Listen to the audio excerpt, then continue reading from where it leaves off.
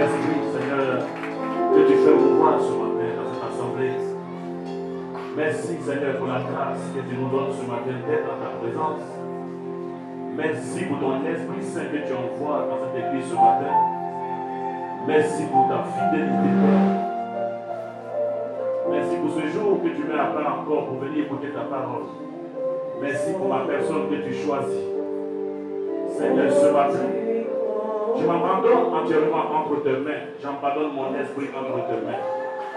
Seigneur, c'est toi qui as provoqué ce peuple. Et c'est toi que ce peuple est venu écouter. Seigneur, je veux faire taire ma chair. Que tout ce qui n'est pas de toi se taise. Et que le Saint-Esprit seul, Seigneur, triomphe ce matin. Et que le Saint-Esprit seul parle à ton peuple ce matin. Père, je te promets la gloire, je te promets l'élévation. Viens prendre la place qui te revient. Au nom puissant de Jésus-Christ. Est-ce que quelqu'un peut l'acclamer Jésus-Christ?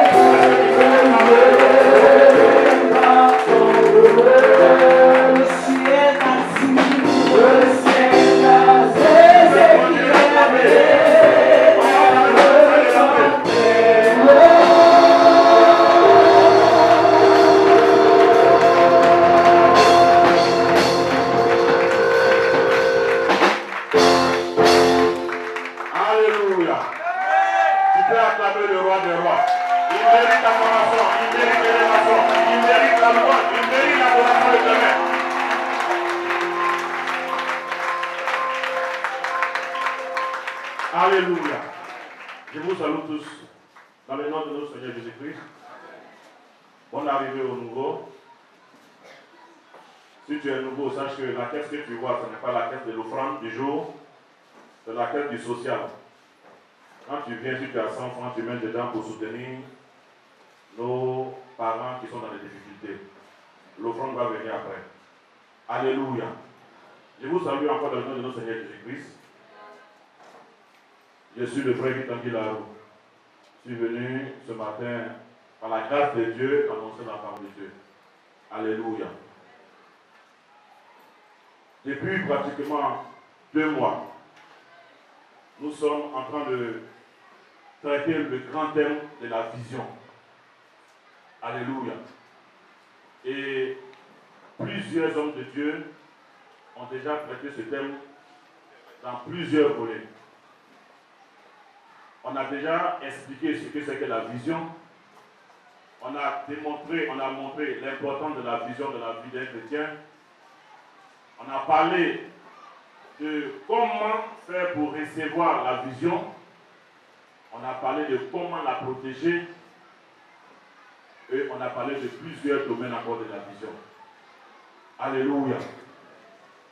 Mais ce qu'il faut retenir de ce thème de la vision, en définition ramassée, en définition terre à terre, il faut dire que la vision, c'est le plan de Dieu pour notre vie. Alléluia. La vision, c'est ce que Dieu veut faire pour toi. Alléluia. Si tu veux, la vision, c'est la promesse de Dieu pour ta vie. Amen. Alors, donc, vu ce temps, la vision devient effectivement très importante pour la vie d'un chrétien. Parce que tout chrétien a besoin de savoir où il va et qu'est-ce que Dieu a prévu pour lui. Alléluia. Quand Dieu a un plan pour quelqu'un, quand Dieu a un plan pour son fils, il révèle ce plan au travers d'une vision. Ce qu'il veut faire pour toi, il révèle cela dans une vision. Alléluia. Mais souvent, quand on prend un peu de la distance pour regarder, nous sommes souvent confrontés à des réalités sur le terrain. Des réalités qui nous montrent que il y a souvent plusieurs visions qui s'entrechoquent. Alléluia. Et vers la fin, on est amené à se demander de toutes ces visions, quelle est celle qui est la vraie vision? De toutes ces visions, quelle est celle qui est le véritable plan de Dieu pour notre vie? Alléluia. Alors, c'est suite à ces interrogations que ce thème que je vais prêcher ce matin a été inspiré. Chacun suit son chemin, chacun prie pour un plan, chacun suit un plan, selon lui que Dieu lui a révélé. Mais ce matin, à la lumière de la parole de Dieu, et la lumière de ce que Dieu dit de la vision, je vais t'inviter ce matin à tester ton plan que tu poursuis et à le regarder à fond pour savoir qu'est-ce que Dieu dit en fonction de ce que je poursuis comme vision. Alléluia. Le thème que j'ai choisi ce matin, qui est pratiquement sous forme d'une question, c'est vision ou ambition. Alléluia. Alors, pour mieux comprendre, nous allons prendre notre Bible. Je vais prendre ta Bible avec moi dans le livre de 1 Chronique 28, à partir du verset 4 à 7. On va lire quelques versets. Quand je vais lire cela, et l'homme de Dieu va m'aider à lire un autre verset pour nous aider à comprendre. Alléluia. Alors, j'ai lu la parole de Dieu. J'ai lu 1 Chronique 28, à partir du verset 4. L'Éternel, le Dieu d'Israël, m'a choisi dans toute la maison de mon père pour que je fusse roi d'Israël à toujours. Car il a choisi Juda pour chef, il a choisi la maison de mon père dans la maison de Juda. Et parmi les fils de mon père, c'est moi qu'il a voulu faire régner sur tout Israël. Au verset 5, entre tous mes fils, car l'Éternel m'a donné beaucoup de fils. Il a choisi mon fils Salomon pour le faire asseoir sur le trône du royaume de l'Éternel, sur Israël. Il m'a dit, Salomon, ton fils, bâtira ma maison et mes parvis, car je l'ai choisi pour mon fils et je serai pour lui un père. J'affermirai pour toujours son royaume. Il reste attaché comme aujourd'hui à la pratique de mes commandements et de mes ordonnances.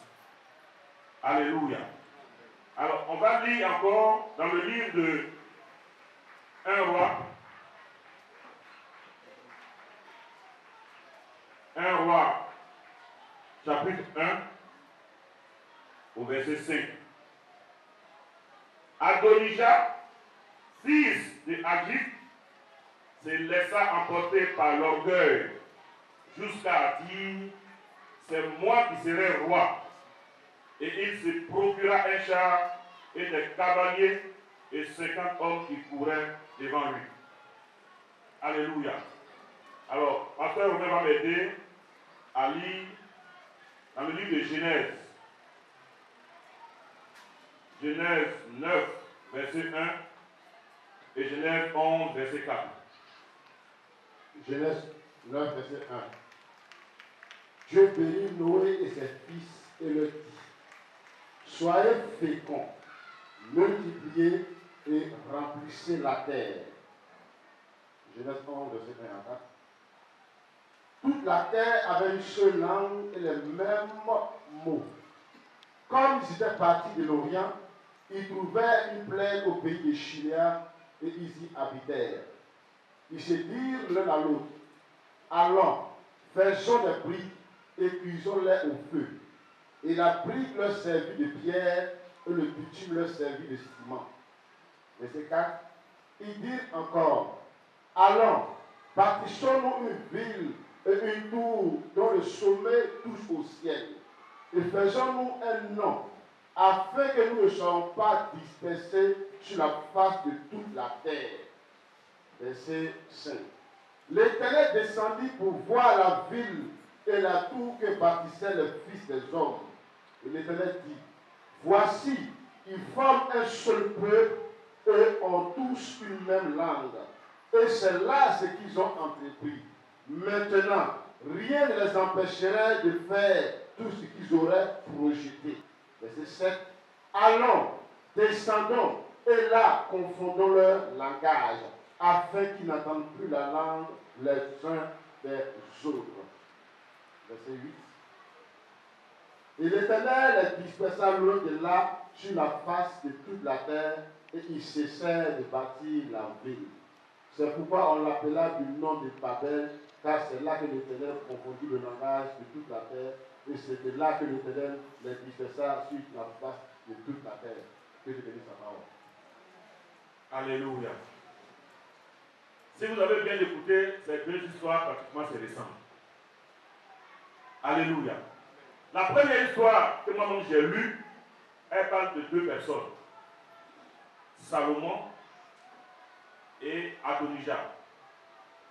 Les deux sont fils du roi David. Et il existe question de succession. David est devenu vieux, David tend vers la mort. Et il est évident que quand le père est en train de partir vers ses derniers jours, les enfants se demandent qu'est-ce qui lui revient. Mais l'histoire des deux enfants, quand nous avons lu dans le livre de 2 Chroniques, il y en a un de ces deux enfants qui avait reçu, et depuis son père, une vision, une révélation de ce que Dieu avait comme plan. Alléluia. Et cet enfant, c'était Salomon. Salomon était la vision que Dieu a réservée à David et au peuple d'Israël. Salomon était la personne que Dieu avait choisie pour succéder à son père. Alors, quand nous avons lu dans l'histoire de un roi, où on a parlé d'Adonijah, la Bible précise que Adonijah, motivé par l'orgueil, il s'est autoproclamé roi. Alléluia.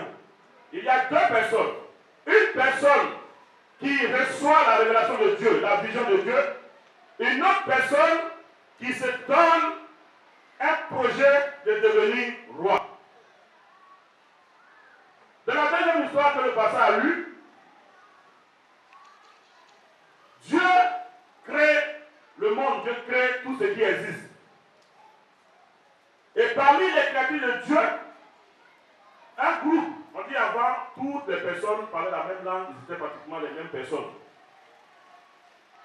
Alors, parmi ces personnes, tous ceux qui vivaient sur la terre se lèvent sur la conduite d'un certain Nimrod. Ils décident de se construire une tour pour essayer d'égaler un peu Dieu, pour voir s'il ne peut pas aussi faire ce que Dieu a fait. Alléluia. Alors, ces deux histoires se ressemblent. Dans la mesure où, d'un côté, il y a le plan de Dieu, et de l'autre côté, il y a le projet de l'homme. Tout à l'heure, j'ai défini la vision comme étant les promesses, le plan de Dieu, la destinée que Dieu réserve à un enfant. L'ambition, par contre, c'est les projets que nous-mêmes nous fabriquons dans notre propre cœur. Les rêves que nous-mêmes nous donnons le défi de réaliser. Alléluia. Alors, le plus souvent, ces projets sont motivés par la recherche de l'honneur. Ces projets sont motivés par la recherche de la gloire. Ces projets sont motivés par la vengeance. Ils m'ont méprisé jusqu'à le jour où je vais réussir aussi là. Ils vont m'entendre aussi. Moi aussi, je vais respirer un jour. C'est ça qui motive les projets de l'ambition. Et la Bible précise tout à l'heure dans le cas d'Adonijah, c'est que le plan d'Adonijah était motivé par l'orgueil. Alléluia. Ce matin, comme j'ai dit tout à l'heure, chacun va se prendre une position, chacun va regarder.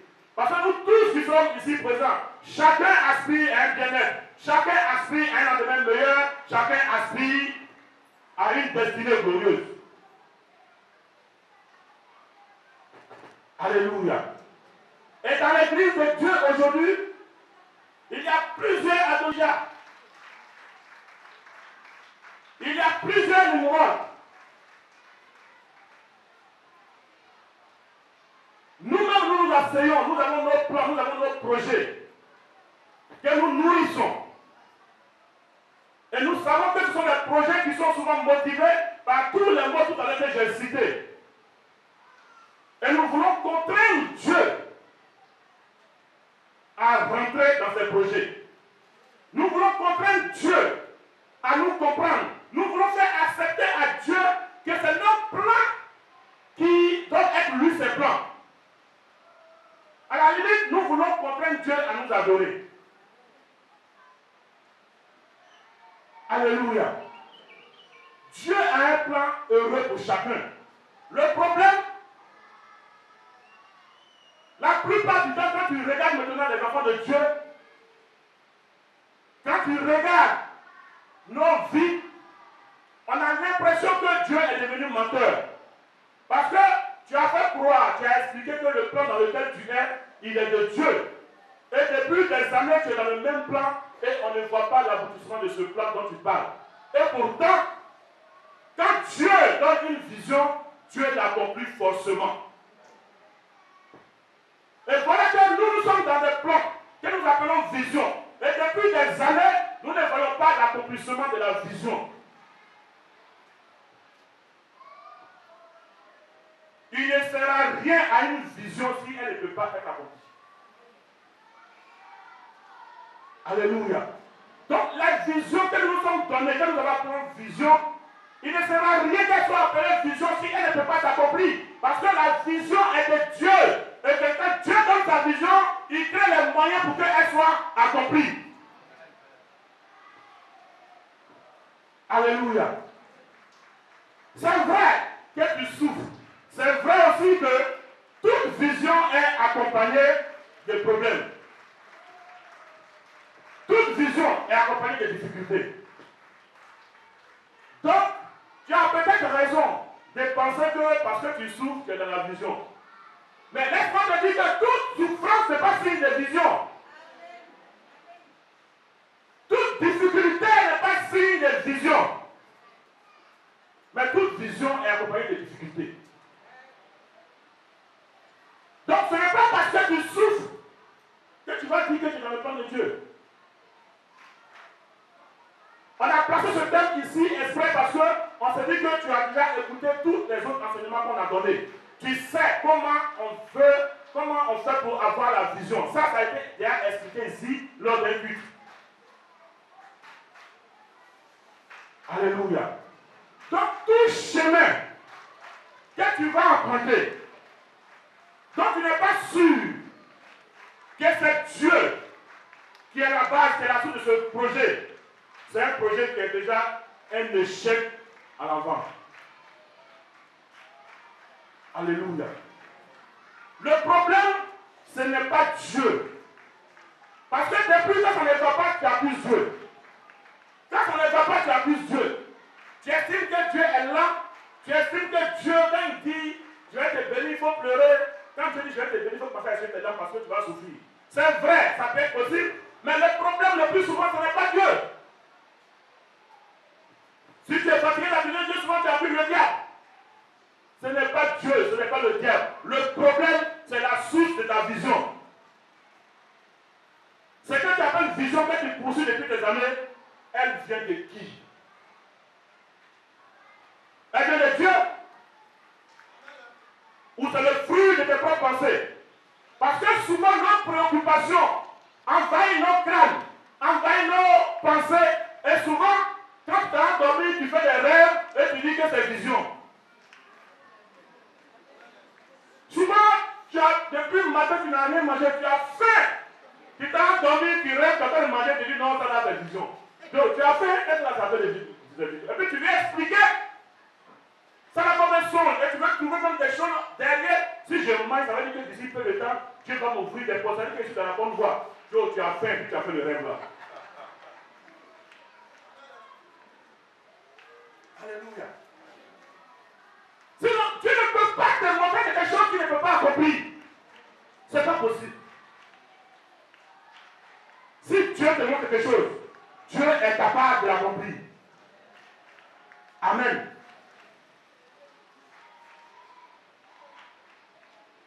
Et nous sommes, ce qui est un peu écœurant, c'est que nous sommes toujours prêts à chercher à convaincre les gens que c'est nous qui sommes dans la vision. Moi, je ne comprends pas ça. Ça veut dire que, oui, c'est vrai, on t'accorde le bénéfice de ce que Dieu te parle. Je comprends pourquoi un jour, il y a un homme de Dieu qui critiquait sur les chaînes là. On dit que le mec s'est levé un matin, il dit bon, tout ça c'est bon. Vous qui êtes ici là, Dieu ne parle à personne, c'est pas à moi seul. Mais après, il n'a pas voulu dire ça. Mais c'est parce qu'il est fatigué des fois du genre vision. On explique l'homme de Dieu, toi en fait l'homme de Dieu rentre dedans forcé. Donc il s'est levé et dit bon, Dieu ne peut pas parler à quelqu'un ici, c'est pas par moi, il va passer. Alléluia. Et beaucoup de chrétiens confondent vision et ambition. La vision vient toujours de Dieu. L'ambition vient de l'homme. Alléluia. Et nous sommes dans l'église. Nous empruntons ces chemins-là. Quand les pasteurs viennent nous parler un peu, on estime que c'est à nous Dieu parle. On estime que c'est à nous Dieu parle. On prend même, on lit, et puis nous lisons beaucoup la Bible. Et on connaît tout verset qui peut justifier nos actions. Parce qu'on est prêt à faire comprendre à lui qui en face la tête, qui ne lit pas la Bible.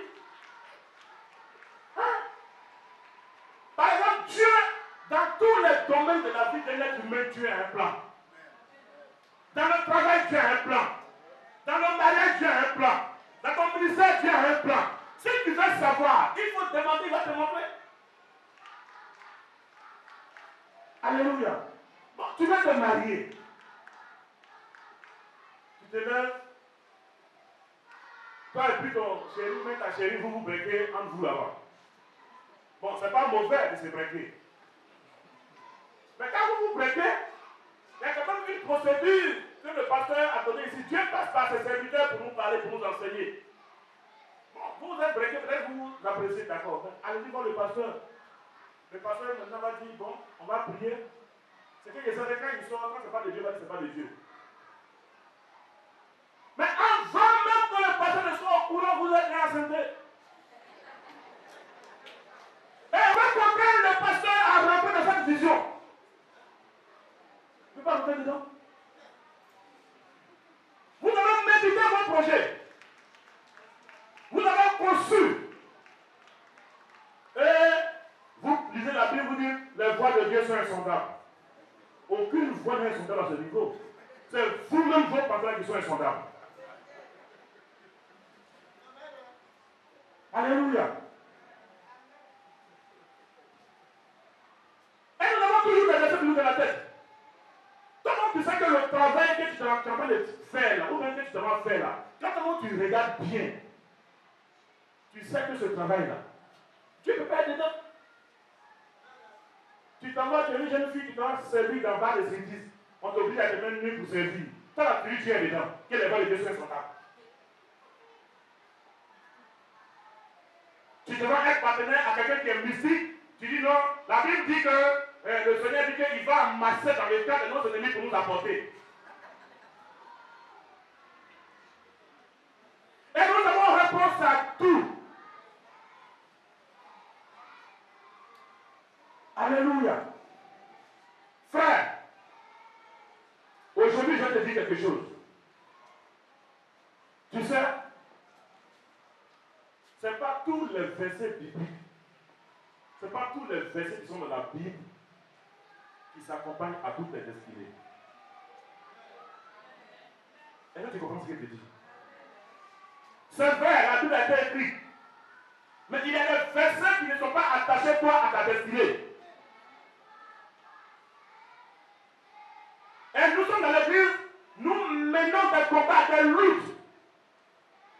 Et nous voulons avoir des promesses en réalité basées sur des versets bibliques, mais qui ne sont pas attachés à notre destinée, qui ne sont pas attachés à la vision que Dieu a réservée pour nous. Et nous menons des combats inutiles. Nous menons des combats inutiles. Quand on ne va pas, on accuse le sorcier.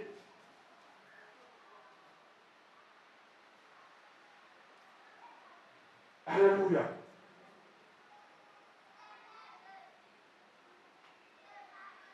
Dieu ne vient pas pour obéir à nos désirs. Dieu ne vient pas pour obéir à nos rêves. Quand tu poursuis tes propres projets, quand tu poursuis tes propres rêves, ce n'est plus de la vision, ça devient de l'ambition. Et Dieu n'est pas obligé, et Dieu n'accomplit jamais nos ambitions. Dieu accomplit la vision qui est arrêtée sous forme de promesses qu'il t'a révélées.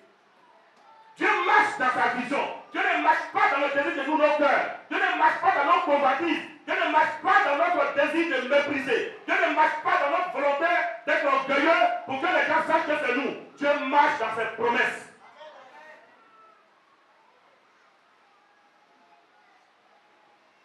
Alléluia. Voilà pourquoi il prend le temps, quand je lui demande de te montrer le plan de son plan dans ta vie. Comme je le disais, il y a des versets de la Bible. Il y a des gens, nous on les fait peut-être pour prêcher ces versets-là, mais ça ne nous regarde pas. J'ai aimé un homme de Dieu qui a dit, Jésus-Christ lui-même, il n'avait pas la vision de la longévité. Il n'avait pas reçu la promesse de la longévité. Donc, le verset qui dit que tu seras rassasié de longues années de vie là, ça ne concernait pas Jésus. Donc Jésus ne peut pas s'abandonner dans une ambition de vouloir vivre longtemps sur la terre. Il va mourir à 30 ans, le mois à quelle année là? Il va mourir à 33 ans. Pour que toi et moi nous soyons assis là. Si Jésus priait, s'il luttait dans une ambition de vivre 100 ans, on ne sera pas assis là aujourd'hui. Voilà pourquoi quand lui-même il prie, il dit Seigneur, si cette coupe pourrait se séparer de moi, mais toutefois, que ta volonté soit faite.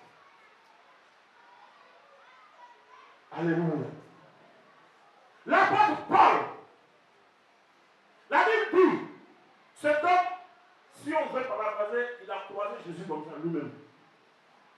Parce que l'esprit de la prière a dit que Jésus Jésus-Christ, lui qui persécute. Alléluia. Et Dieu a fait des miracles avec cet homme. Mais ce monsieur, malgré que Dieu faisait des miracles avec lui, il est resté avec une infirmité toute sa vie. Lui-même dit que j'ai prié le Seigneur 3 fois pour qu'il me retire cette décharge. Le Seigneur m'a dit, ma grâce te suffit.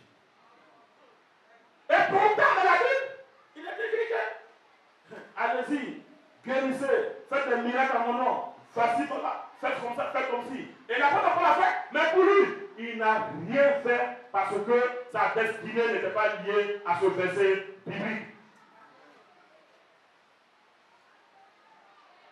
Alléluia. Le pauvre Lazare, il était pauvre sur la terre. Il est mort pauvre. Jusqu'à longtemps, le riche l'a vu au paradis. On n'a pas dit le riche Lazare, on a toujours mis le pauvre Lazare. Ça veut dire qu'il est parti à sa pauvreté. Et pourtant, dans la Bible, le Seigneur dit qu'il va nous bénir. Il va nous bénir au champ, il va nous bénir en vie, il va nous bénir au commencement, il va nous bénir à l'arrivée. Mais là, il est mon pauvre. Il n'a rien fait, il est mon pauvre. C'est parce que le verset qui parle de la bénédiction n'était pas attaché à la destinée de Lazare. Mais Lazare est allé au paradis. Nous poursuivons les ambitions et nous justifions cela par les versets bibliques. Et nous-mêmes, nous savons que les versets bibliques, là, c'est pas partout, ça marche. C'est vrai, c'est la Bible. On dit tout ce qui est de la Bible te concerne. Mais frère, tout ce que j'ai cité tout à l'heure là, c'était de la Bible. Dans la Bible, c'est vrai qu'on dit l'alcool. L'alcool, il n'y a pas une partie où on interdit véritablement l'alcool. Mais il y a des personnes dans la Bible à qui on interdit l'alcool. La loi ne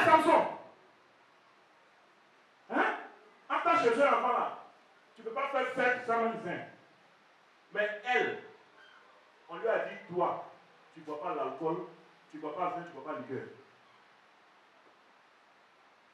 À cause de qui? De l'enfant qui est porté. Donc, sa destinée n'est pas liée au verset qui dit qu'on peut boire vin.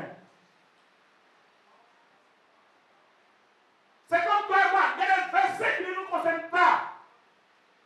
C'est pas tout le monde qui va se marier. Donc, quand tu pries, c'est vrai. Tout le monde veut se marier, mais il faut demander à Dieu d'en faire des mariages à ce là. Quelle est ta vision pour mon mariage? Pas tout le monde va se marier. Il y a des gens là-dedans, il a mis à part pour prier seulement, pour intercéder, et elle ne va pas se marier. Ça a des choses comme la vérité. C'est comme ça. Il y a des femmes qui ne vont pas enfanter. C'est pas une malédiction, j'explique ce que la Bible dit. Est-ce que là, c'est vrai, on va dire que c'est une sanction de Dieu, mais qu'est-ce qu'on retient? La femme de David, Michal, est-ce que la femme enfant? Pourtant, dans la Bible, on dit soyez féconds. Il n'y aura pas de stérile dans la maison. Sortez ici, rentrez ici.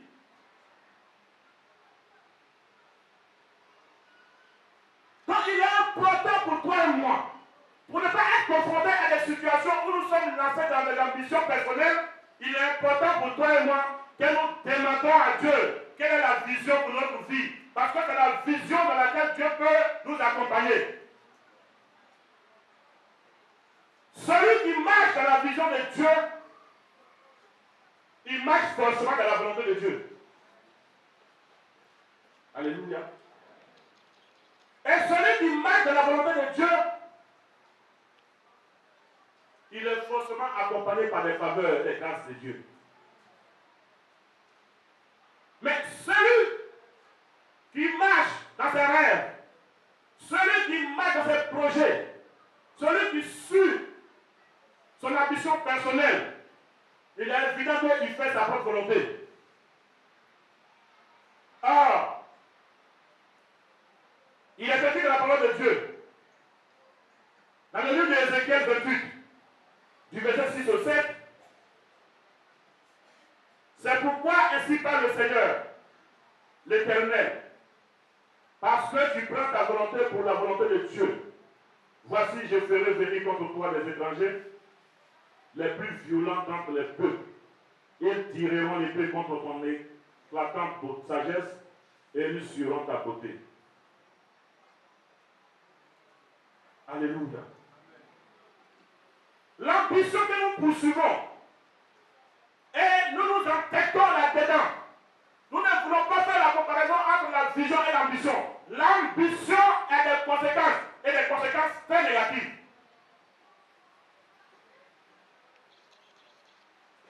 Tout à l'heure, dans ce que nous avons lu, quand les gens de Nimrod se sont levés pour construire la tour de Babel, Dieu a vu que leur ambition venait s'opposer à lui, sa vision. Et toutes les fois que ton ambition va aller contre la volonté de Dieu, toutes les fois que ton ambition va aller contre la vision de Dieu, Dieu va se lever et il va te frapper.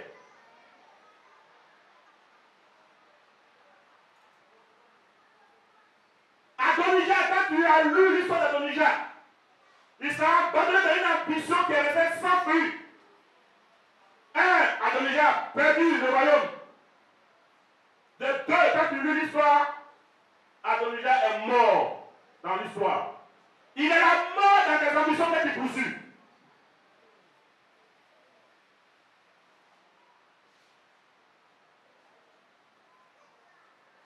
Nous sommes dans l'église et nous suivons des projets qui sont le fruit de notre cœur. Et nous voulons forcément que ça soit ça, que tout le monde comprenne que c'est vous qui êtes de la volonté de Dieu. Je suis en train de te dire que si tu ne mets pas à la lumière de la parole de Dieu ton projet que tu poursuis, tu vas te retrouver dans des connaissances très très néfastes.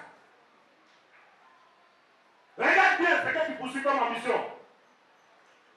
Tu n'es pas politicien, peut-être que tu as ambition. Regarde bien. Est-ce une vision? Est-ce une ambition? Quand tu tu es dans une vision, quelles que soient les difficultés, quand tu es dans une vision, quels que soient les moments difficiles que tu peux traverser, à un moment donné de la vision, un jour viendra que tu auras l'accomplissement de cette vision. Parce que lui qui donne cette vision, il est capable et puissant de l'accomplir. Mais quand tu t'abandonnes dans tes projets d'ambition, il y a aussi des conséquences. J'ai parlé de la mort. Ton cœur va se lever. Tu seras très orgueilleux.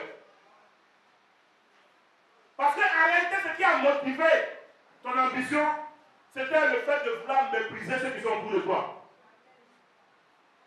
Parce que tu as estimé qu'à cause de l'air 1000 francs, de l'air 2000, ils t'ont trop piétiné. Donc toi aussi, ton temps va arriver où tu allais être piétiné.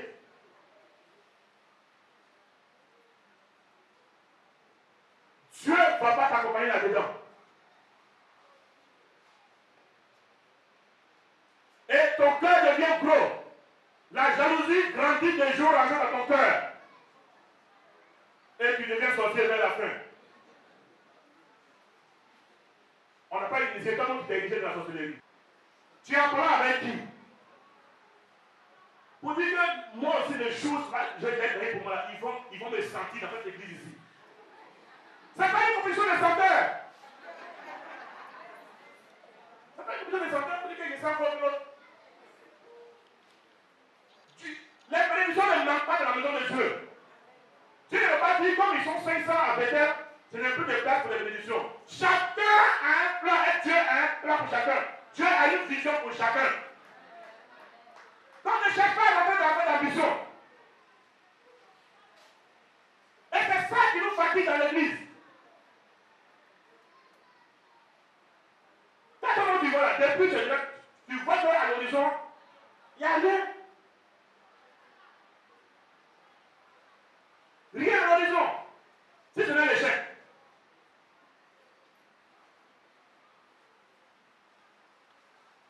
Et quand nous nous abandonnons de l'ambition, souvent quand Dieu, il nous interpelle, souvent par la prédication d'aujourd'hui par exemple. Et quand tu sors d'ici, tu trouves pas utile de revoir, tu continues dans ton ambition. Dieu ne dit rien. Il te laisse, tu t'en vas. Et souvent, on parle de volonté permissible de Dieu. Alléluia. Ah, tu as voulu que Dieu rentre dedans. Dieu va t'adorer maintenant. Non, il te laisse pour faire ton truc. On dit, quand tu es chrétien, tu ne maries pas païen. Toi, tu dis, les voies de Dieu sont insondables. Je peux l'enlever puis je vais le transformer. Toi, tu transformes quelqu'un. Aïe. D'accord. Dans tous les cas, quand tu viens, souvent les pasteurs on te dit, bon, va te marier. On bénit ton mariage. Tout se passe bien. Tu dis, je n'ai pas dit. Si Dieu n'était pas dedans là, est-ce que Dieu a nous laissé faire mariage là? Et puis les gens ont mangé, Dieu est resté. C'est-à-dire que Dieu est dans mon affaire. Mais quand tu vas dans le foyer maintenant et que le monsieur te donne le coup de poing matin, midi, soir, qu'il fabrique ton visage, il ne faut plus venir demander un divorce. Donc souvent, ton ambition que tu entreprends toujours et tu ne dis rien, souvent je te laisse partir parce que je vais te corriger devant. Alléluia. Tu dis tu veux voyager, tu vas aller en Europe. Avec ta grâce, avec ton ange. Il y a un ange qui vient côté de toi qui t'accompagne. Voilà pourquoi en réalité dans une vision, les obstacles, les difficultés là, on vient une solution. Parce que l'ange qui est à côté de toi, il reste derrière les solutions, c'est juste pour voir comment tu peux rester persévérant dans la chose. Sinon Dieu a déjà disponible la personne qui va régler. Quand Daniel a eu des difficultés dans sa vision, quand il a prié, Dieu a envoyé un ange qui a libéré les filles de Daniel. Mais les difficultés que tu rencontres dans ton ambition, là, tu es seul. Parce que tu allais tomber dans l'eau. L'ange est resté à piquer. Hein? Toi, tu as nagé. Et puis en réalité, ça fait que tu as failli te noyer. Par un ange est resté. Donc tu vas en France, tu ne te débats pas seul, tu vis pas seul, tu as des problèmes là-bas pas seul, et tu es pas. Non, l'ange est resté, tu as laissé l'ange ici. Parce que Dieu n'avait pas prévu de t'envoyer en Europe. J'ai un ami à son temps qui faisait tout avec moi. Un jour, quelqu'un m'a dit, Joe, il y a une place à l'INFAS. Quelqu'un m'a dit, ah, on a une place à l'INFAS pour voir si tu peux rentrer. Il dit, moi, l'INFAS? Non, toi aussi. Si c'est pas un beau, c'est pas mon trésor. Ah, frère. C'est pas mauvais, le projet n'est pas mauvais. Mais est-ce que c'est là que Dieu t'a appelé? Le frère il n'a rien voulu entendre juste. Si on voulait que le frère, on allait peut-être chercher de l'argent pour l'envoyer aux impôts pour la douane. Mais actuellement, je vous parle de frère au Canada. Ça veut dire que la vision pour Dieu, pour cet homme-là, ce n'était pas l'impôt, ce n'était pas aussi une face. Alléluia. Ce matin, ce que je vais te faire comprendre, c'est que tu es arrivé à un carrefour de ta vie où tu as commencé ton moment à t'interroger. À cause des échecs que tu as accumulés, à cause des difficultés que tu rencontres qui n'ont jamais eu de solution, tu t'es une fois posé la question de savoir quel est le véritable problème. Et ce matin, je suis venu répondre à cette question. Le problème en réalité, ce n'est pas que Dieu ne soit pas capable de faire quelque chose pour toi. Le problème, ce n'est pas l'accomplissement qui est le problème. Le problème en réalité, c'est que tu n'as pas encore mis à la lumière du jour et de la parole de Dieu ce que tu appelais vision. Je suis venu t'annoncer ce matin que tout ce que nous vivons n'est pas vision. Je suis venu t'annoncer ce matin qu'il y a vision, mais à côté de vision, il y a ambition. La vision, c'est ça que Dieu accompagne. La vision, c'est ça qui est le projet de Dieu pour ta vie. Mais l'ambition t'envoie à la mort, l'ambition t'envoie à l'échec, parce que le fruit de tes occupations, c'est le fruit de tes pensées, c'est le fruit de ton désir de te venger, c'est le fruit de ton désir de mépriser les autres, c'est le fruit de ton désir de croiser les autres sur ton chemin. Que Dieu vous bénisse.